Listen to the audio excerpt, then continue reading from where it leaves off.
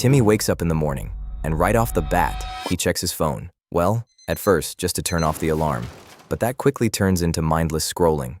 And before he knows it, half an hour has passed in the blink of an eye. He finally gets out of bed to start his day. He had goals, plans, things he wanted to do, but even the smallest tasks feel like a burden.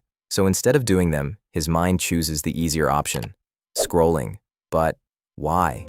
Why do we do this? Is it laziness? No, you're not lazy. If you were, you wouldn't have goals. You wouldn't feel guilty. You wouldn't even care. But you do. So what's really happening? Your brain is overstimulated, and the scary part is it doesn't even feel like a problem because this is normal now.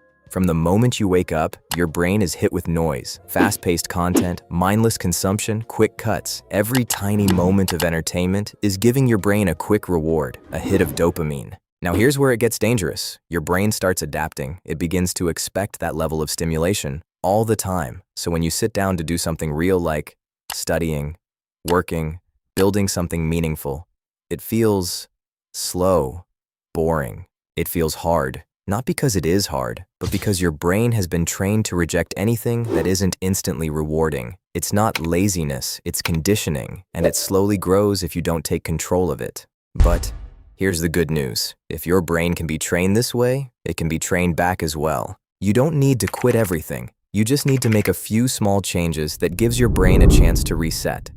Firstly, take back your mornings. The first battle of your day happens in the first few minutes.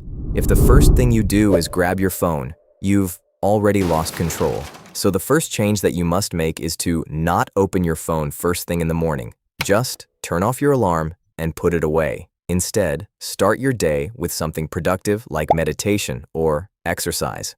These small wins creates momentum for the rest of your day, and at first, this is going to feel uncomfortable. You'll feel the urge to check your phone. You will be bored, but that's where the next change is. To reduce overstimulation, you must learn to sit in boredom. Because once you stop running from boredom, something interesting happens. Your mind slows down. And now for the first time, you can actually focus. Here's a small hack. If you want to deeply focus on a task, just sit in silence for 15 to 20 minutes. No phone, no distractions, nothing. Just sit in one place, stare at a wall, and do nothing. When you'll start your task after doing this, you'll clearly feel a difference in your attention span and will be able to work deeply because your brain isn't cooked with constant dopamine. Alright, so the next change that we're going to be making is to break tasks. Because the real problem is not the work itself, it's how big it feels in your head. For example, if you have to finish a chapter of your textbook, you should divide the chapter into different concepts or headings, and if those also feels too big to cover, then divide the headings into subheadings. Make it so easy that your brain has no reason to resist. Alright, so now you won your morning battle, stared at the wall, even started your work towards your goals, but there is still going to be an urge to scroll, to check your phone, no matter what you do.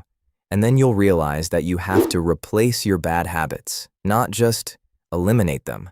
If you try to quit distractions completely, you'll fail, because your brain still wants stimulation. So, you replace scrolling with something still enjoyable but productive, like take a walk outside whenever you feel like checking your phone, try new hobbies, and much more.